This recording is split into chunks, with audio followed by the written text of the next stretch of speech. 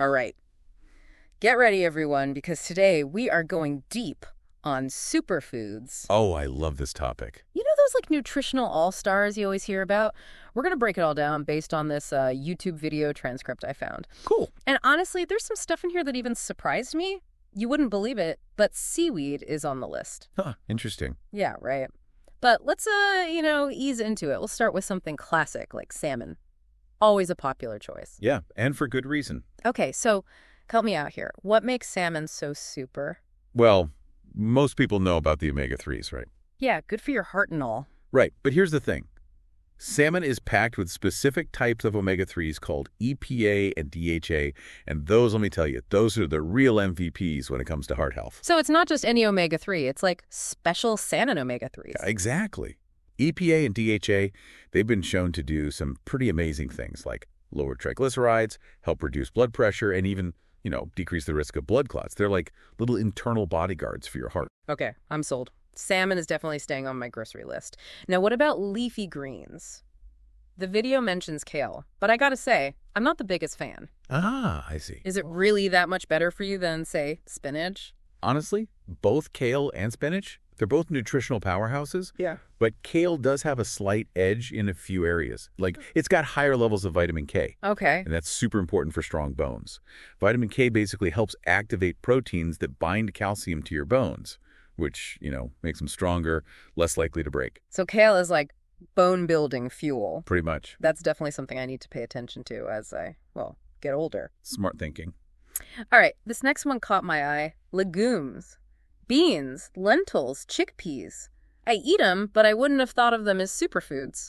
Yeah. People underestimate legumes big time. They're full of good stuff, especially fiber, and not just any fiber. It's this soluble kind that basically acts like a sponge in your digestive system, soaks up cholesterol and helps flush it out, contributing to lower LDL cholesterol, the bad kind of. Whoa, so they're like little cholesterol cleaners. That's pretty awesome. It is. And the video also points out that they're good for blood sugar control, which is a huge plus for anyone worried about diabetes. Yeah, for sure. Exactly. Legumes have this low glycemic index, which means they don't cause those crazy spikes in blood sugar. It's a much slower, steadier release, making them perfect for folks with diabetes or anyone watching their blood sugar. Wow, legumes are officially climbing the ranks on my superfood list. Speaking of superfoods, let's talk about eggs. The video calls them nature's multivitamin. Is that really accurate? It's surprisingly spot on. Eggs are packed with this huge range of vitamins and minerals. It's really remarkable, like choline, for example. That's crucial for your brain. So eggs aren't just a breakfast staple, they're like brain food too. That's right. Choline plays a big role in memory, mood, even muscle control.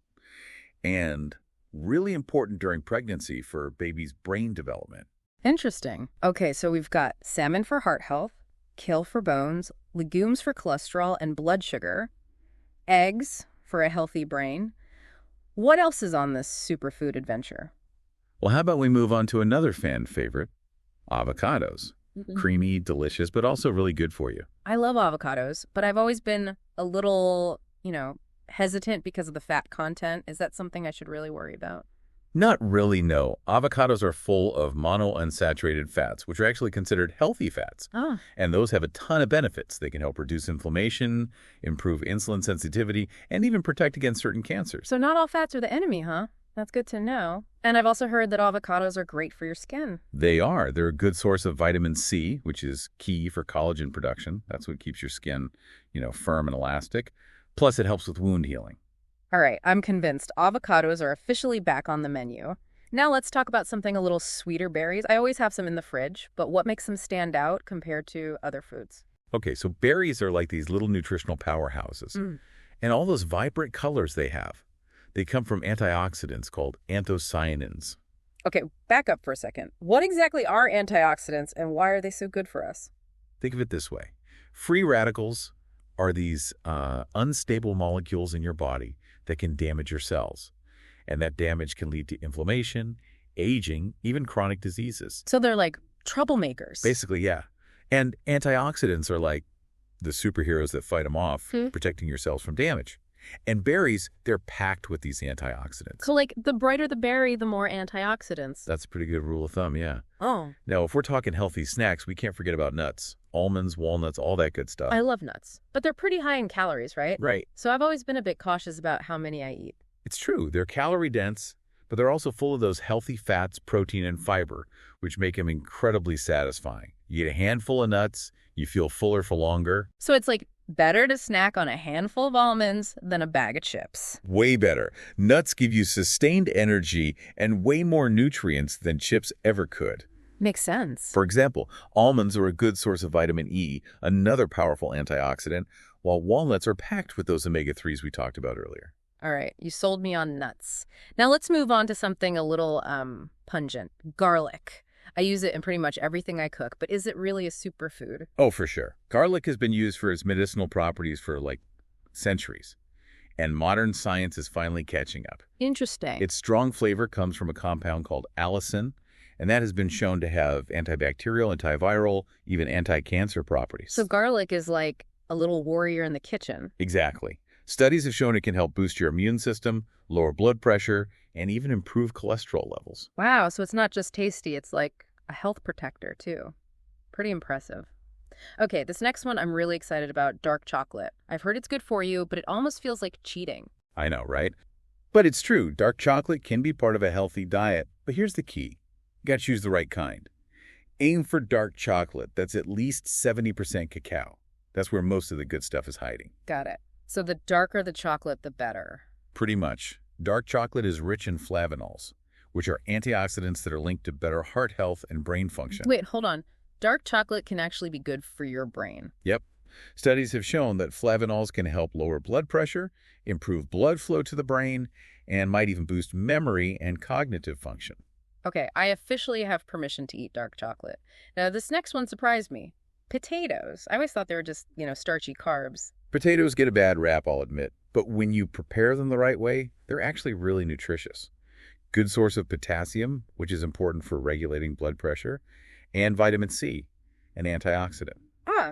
Plus, they've got lots of fiber, which helps you feel full and satisfied. So it's not the potato itself. It's more about how we cook it, like French fries versus a baked potato. Exactly. When you fry them, you're basically loading them up with unhealthy fats and calories. Yeah. But if you bake them, roast them, mash them, that's when they can be a healthy part of your diet. Got it. I'm willing to give potatoes another shot. All right, this next one, I'm a little unsure about liver. I know it's nutrient dense, but, well, it's not the most appealing food. Yeah, liver is definitely an acquired taste. Yeah. But it's tough to beat in terms of nutrients. Absolutely packed with vitamin A, iron, B vitamins, especially B12. But because it's so high in vitamin A, you got to be careful not to overdo it. So small doses are key. Exactly. Oh. An important note, pregnant women should avoid liver altogether because of the high vitamin A content. But for most people, yeah, a little bit of liver can be a great nutritional boost. Good to know. Okay, we've covered a lot of land-based superfoods. What about, the ocean? Is there anything in there? I mean, like shellfish, absolutely. Oysters, clams, mussels, they're excellent sources of lean protein, omega-3s, and a bunch of minerals like zinc, iron, selenium, you name it. So they're like little packages of ocean nutrition. You got it. Zinc is important for your immune system. Iron helps transport oxygen in your blood, and selenium plays a role in thyroid function and protecting against cell damage. Wow, it sounds like we really should be eating more from the sea. I think so. Okay, so we talked about land-based superfoods, ocean-based superfoods. Is there anything left? Well, there's one more we haven't touched on yet, and it might be the most surprising of all. Seaweed. Seaweed. Like the stuff that washes up on the beach? No, not exactly. Edible seaweed is a staple in a lot of Asian cultures, and there's a good reason why. It's full of vitamins, minerals, antioxidants, you name it. I've seen seaweed salad at sushi restaurants, but I've always been a little intimidated to try it. What does it even taste like?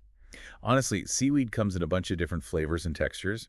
Some are delicate and slightly sweet. Some are more savory and have that umami flavor. You can find it in soups, salads, sushi, or even just eat it as a snack. Huh. Okay. Maybe I'll be brave enough to try it next time. What are some of the, nutritional benefits? It's a really good source of iodine, which your thyroid needs to function properly. Also has a decent amount of calcium, iron, and magnesium. So it's like the ocean's multivitamin? That's a great way to put it. And some types of seaweed, like nori, are a good source of vitamin B12, which can be important for vegetarians and vegans who aren't getting enough B12 from other sources. Wow, seaweed is full of surprises. Not only does it add flavor, but it's actually good for you, too. It really is. All right, gotta say, I'm pretty impressed with this list of superfoods we've gone through, from the familiar like salmon and kale to the more adventurous like dark chocolate and seaweed. It's incredible how many delicious ways there are to, nourish our bodies. It is. And you know what? These are just a few examples. There are tons of other nutrient-rich foods out there just waiting to be discovered. That's true. I'm feeling inspired to get out there and try some new things. So out of all these superfoods, which ones are your personal favorites and why? Oh, that's a tough one. I love them all for different reasons. But if I had to pick, I'd say salmon, berries, and dark chocolate are always at the top of my list. Good choices. I can definitely see why. So how do you actually incorporate these superfoods into your daily life? Any tips or tricks for our listeners out there? I try to sneak them into every meal and snack. For breakfast, I might have eggs with spinach and some avocado toast. Sounds delicious. Then for lunch, I often have a big salad with, some grilled chicken or fish, lots of colorful veggies, and a sprinkle of nuts and seeds. And for dinner, I love roasted vegetables with salmon or a hearty lentil soup. Those are some great ideas. What about snacks? I gotta admit, I'm a big snacker. Snacks are a perfect opportunity to fit in more superfoods. You could have a handful of almonds with a piece of fruit, or some Greek yogurt with berries and a drizzle of honey. Yeah. See? Easy. Okay, these are all great starting points. But how do you make superfoods a sustainable part of your life? I don't want this to be like a temporary health kick, I want to make lasting changes. I love that attitude. And sustainability is key when it comes to healthy eating. My biggest tip: focus on incorporating superfoods that you actually enjoy eating. If you hate kale, don't force yourself to eat it. There are tons of other leafy greens out there. That's a relief to hear because, honestly, kale isn't my favorite. I get it. Another thing, make superfoods convenient. Keep pre-cut fruits and veggies in your fridge, ready to grab for a quick snack or to throw into a meal. Makes sense. If it's easy and ready to go, I'm way more likely to eat it. Exactly. And don't be afraid to experiment in the kitchen. Try new recipes, different flavor combinations. The internet is full of superfood inspiration. You can find smoothies, soups, salads, main courses, even desserts that are packed with nutrients. Good point. The key is to have fun with it. I like that. It shouldn't feel like a chore. Not at all. All right, I'm definitely feeling more confident about adding these superfoods into my routine. But I'm also realistic. Life gets busy, and sometimes, well, I'm just tempted to order takeout. Any advice for those days when I'm not feeling so motivated? It's all about finding that balance. It's okay to indulge sometimes, but try to make those healthy choices most of the time. And even small changes can add up. So like instead of ordering pizza, maybe I could whip up a quick stir fry with brown rice, some tofu, and veggies. Exactly. Or swap out that sugary soda for a glass of water with lemon or a cup of herbal tea. Easy swaps. Simple changes can make a big difference. I love that. I'm feeling really empowered to make healthier choices and embrace these superfoods. So out of all the ones we discussed, are there any that really stand out as, like, the top contenders, your personal superfood hall of fame? That's tough. But I got to give it to salmon, berries, and leafy greens. They're all packed with such a wide variety of nutrients. Yeah, those are all fantastic choices. Anything else you'd add to that list? Ooh, I'd also give a shout out to legumes for their fiber and... Wait, hold on. Mood boosting, brain protective. You're really selling me on dark chocolate. I know, right? It's amazing. Dark chocolate actually contains compounds that can increase serotonin and dopamine levels in your brain. Wow, so a little bit of dark chocolate can actually make you happier? It's possible. Plus those flavanols we talked about, they can improve blood flows to the brain, which may help with cognitive function and protect against age-related decline. I'm sold. Dark chocolate is officially on my shopping list. Awesome. Okay, you mentioned earlier that we need to be mindful of how we prepare these superfoods. Are there any cooking methods that can, sabotage their nutritional value? Good question. Definitely. Anything that involves deep frying, for example, is going to destroy nutrients and add a ton of unhealthy fats and calories. It's generally best to choose cooking methods that use lower heat and less added fat, like steaming, baking, roasting, or grilling. So ditch the deep fryer and embrace the oven. Exactly. And when you're cooking veggies, try not to overcook them. You want them to be tender crisp to retain the most nutrients. Got it. Okay, another question popped into my head. The video we watched focused on individual superfoods But are there any superfood combinations that are particularly beneficial? Oh, absolutely. Some superfoods actually work better together. They enhance each other's benefits. Wow, that's fascinating. Can you give us an example? Sure. One classic pairing is combining vitamin C-rich foods with iron-rich foods. Vitamin C helps your body absorb iron more efficiently. So, for example, you could have a spinach salad with a squeeze of lemon juice. Huh, I never knew that. It's a simple trick, but it can make a big difference. Awesome. Any other superfood pairings we should be aware of? Another great one is combining healthy fats with fat-soluble vitamins. Those are vitamins A, D, E, and K. They need fat to be absorbed properly. So, for example, you can drizzle some olive oil on your kale salad or add some avocado to your egg sandwich. Great tips. I'm definitely going to start incorporating these pairings into my meals. It's amazing how much we can learn about food and how it impacts our bodies. It really is. So we've talked about all the amazing benefits of superfoods, but are there any potential downsides? Are there any superfoods we should avoid or, consume in moderation? That's a really important question. And the answer is, it depends. Most superfoods are perfectly safe and healthy for the majority of people, but there are a few exceptions to keep in mind. Oh, like what? Well, some people have allergies or sensitivities to certain superfoods. Tree nuts are a common allergen, and some people might experience digestive issues from cruciferous vegetables like broccoli or cauliflower. So it's all about listening to your body and paying attention to how you feel. Exactly. If you notice any adverse reactions after eating a specific food, it's best to avoid it and maybe talk to your doctor or a registered dietitian to figure out what's going on. Good advice. Now, I'm curious about something else. We've been talking about superfoods in the context of a healthy diet, but can they also be beneficial for people who have specific health conditions? Absolutely. In fact, some superfoods can play a supportive role in managing certain health issues. Oh, that's interesting. Can you give us some examples? Sure. For example, if you have diabetes, incorporating superfoods that are low on the glycemic index, like legumes, berries, and non-starchy vegetables, can be really helpful. That makes sense. What about people with heart disease? Well, in that case, superfoods that are rich in omega-3 fatty acids, like salmon, flax seeds, and walnuts, can help lower triglycerides, reduce blood pressure, and improve overall heart health. So it's all about finding the right superfoods for your individual needs. Exactly. It's about creating a personalized approach that aligns with your specific health goals.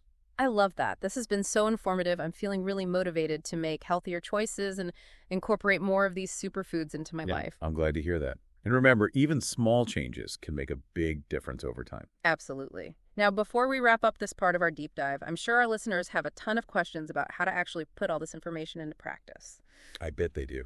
So any final thoughts or advice for those who are ready to embark on their own superfood journey? My biggest piece of advice is to approach it with a sense of curiosity and adventure.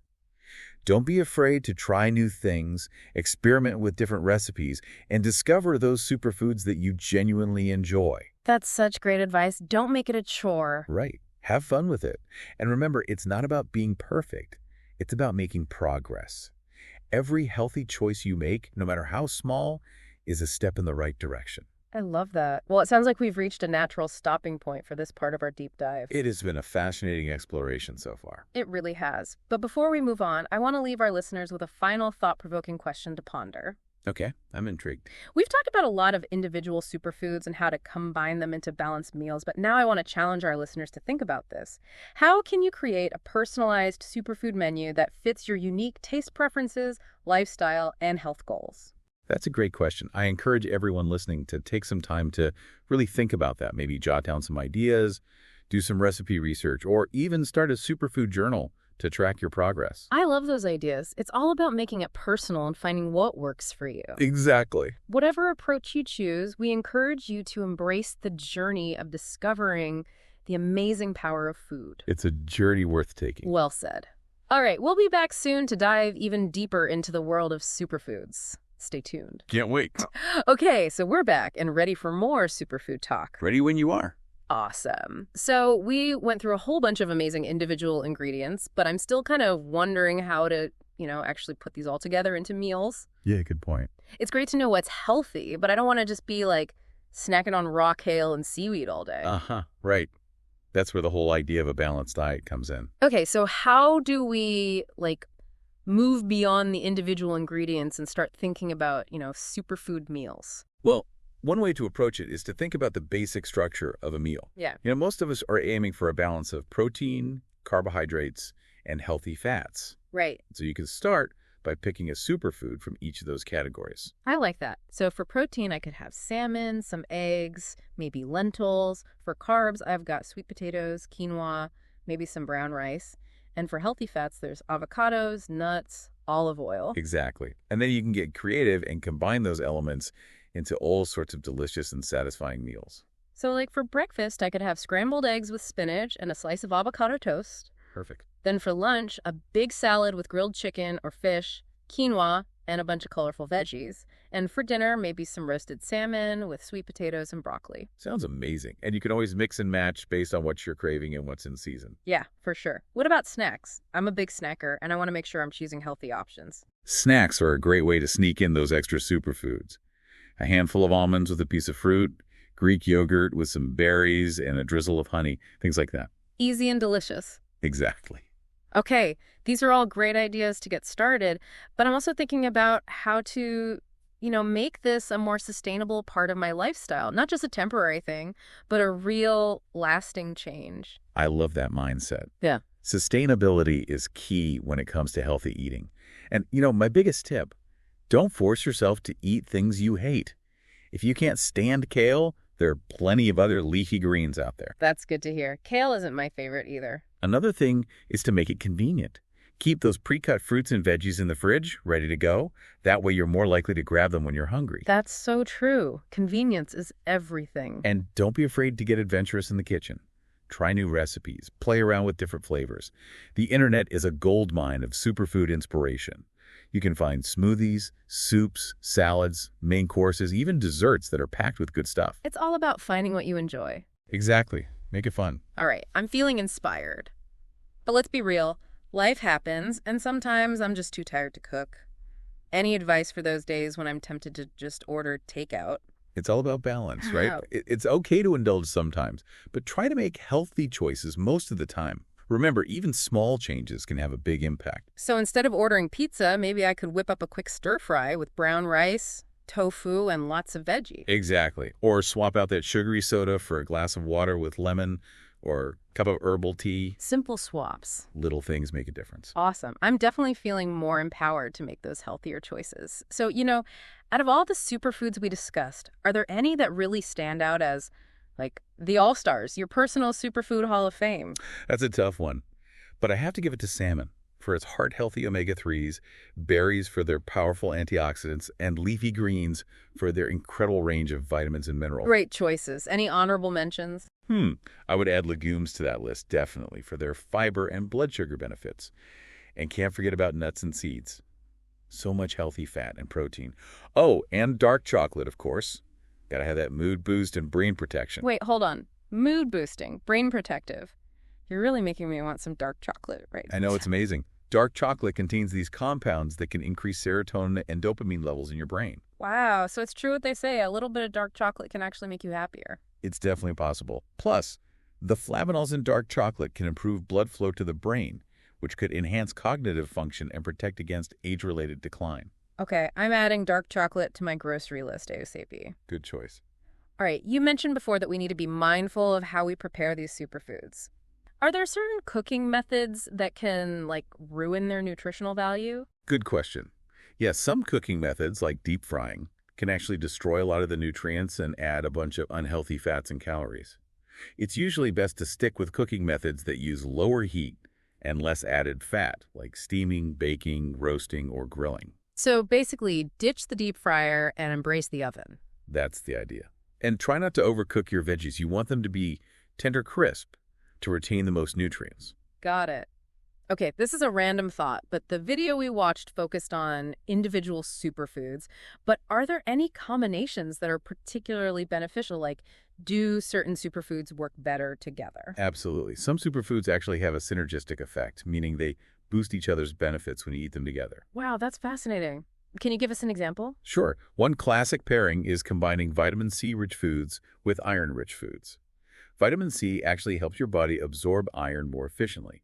So, for example, you could have a spinach salad with a squeeze of lemon juice, or add some berries to your meal. That's a great tip. I never knew that. It's a simple trick, but it really works. Awesome. Any other superfood power couples we should know about? Another great combo is pairing healthy fats with fat-soluble vitamins. Those are vitamins A, D, E, and K. They actually need fat to be absorbed properly. So, for instance, you could drizzle some olive oil on your kale salad or add some avocado to your egg sandwich. Okay, those are some great ideas. I'm definitely going to start experimenting with these combinations. It's all about finding what works for you. All right, so we've talked about all the incredible benefits of superfoods, but are there any downsides? Anything we should avoid, or at least be mindful of? Yeah, that's a really good question, and it's important to remember that everyone's different. While superfoods are generally safe and beneficial for most people, there are a few exceptions to keep in mind. Oh, like what? Well, some people might have allergies or sensitivities to certain superfoods. For example, tree nuts are a common allergen, and some folks experience digestive discomfort from cruciferous vegetables like broccoli and cauliflower. So it's all about paying attention to your body and how you feel? Exactly. If you notice any adverse reactions after eating a particular food, it's best to avoid it and maybe consult with your doctor or a registered dietitian to figure out what's going on. That makes sense. Now, I'm curious about something else. We've been focusing on superfoods in the context of a healthy diet, but can they also be beneficial for people with specific health conditions? Absolutely. In fact, certain superfoods can be really helpful for managing various health issues. Oh, wow. Can you give us some examples? Sure. For instance, folks with diabetes may benefit from incorporating superfoods that are low on the glycemic index, such as legumes, berries, and non-starchy vegetables. That makes sense. What about people with heart disease? Superfoods that are rich in omega-3 fatty acids like salmon, flax seeds, and walnuts can be really beneficial. They can help lower triglycerides, reduce blood pressure, and improve overall heart health. So it's like superfoods can be tailored to specific needs and goals. Exactly. It's all about finding the right superfoods that align with your individual health journey. I love that. This has been so incredibly informative. I'm feeling really motivated to make some positive changes and incorporate more of these superfoods into my life. That's awesome. And remember, even small changes can make a big difference over time. Absolutely. Well, before we wrap up this part of our deep dive, I'm sure our listeners are eager to hear more about how to put all this information into action. I'm sure they are. So any final words of wisdom or advice for those who are ready to start their own superfood journey? My biggest piece of advice would be to approach it with a sense of fun and adventure. Don't be afraid to experiment with new recipes, explore different flavors, and most importantly, find superfoods that you genuinely enjoy eating. Great advice. Don't make it a chore, make it a delicious adventure. Exactly. And remember, it's not about striving for perfection, it's about making progress. Every healthy choice, no matter how small, is a step in the right direction. I love that. Well, it sounds like we've reached a natural stopping point for this part of our superfood exploration. We've covered a lot of ground today. We have, but before we move on, I want to leave our listeners with one final thought-provoking question to ponder. Oh, I like where this is going. So we've talked about individual superfoods, we've discussed how to combine them into balanced meals, but now I want to challenge everyone listening to think about this. How can you create your own personal superfood menu that fits your unique taste preferences, your lifestyle, and your health goals? That's such a great question. Yeah. And I encourage everyone to really spend some time reflecting on that. Maybe grab a notebook and jot down some ideas, do some research, maybe even start a superfood journal to track your progress and see what works best for you. I love those ideas. It's all about making this a personal journey and finding what truly resonates with you. Couldn't agree more. All right, we'll be back soon for the final part of our superfood deep dive, where we'll explore even more fascinating insights and practical tips. So stay tuned. Can't wait. I love that idea of a personalized superfood menu. It really drives home the point that there's no one-size-fits-all approach when it comes to healthy eating. Right.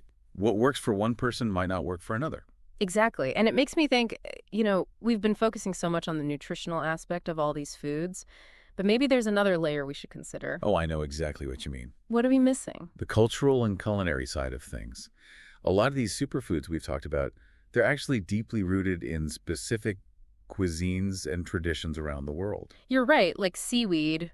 I'm way more likely to try it in a delicious sushi roll than, just eating a plain sheet of it. Exactly. Yeah. Food isn't just about fuel, it's about connection and heritage and enjoyment.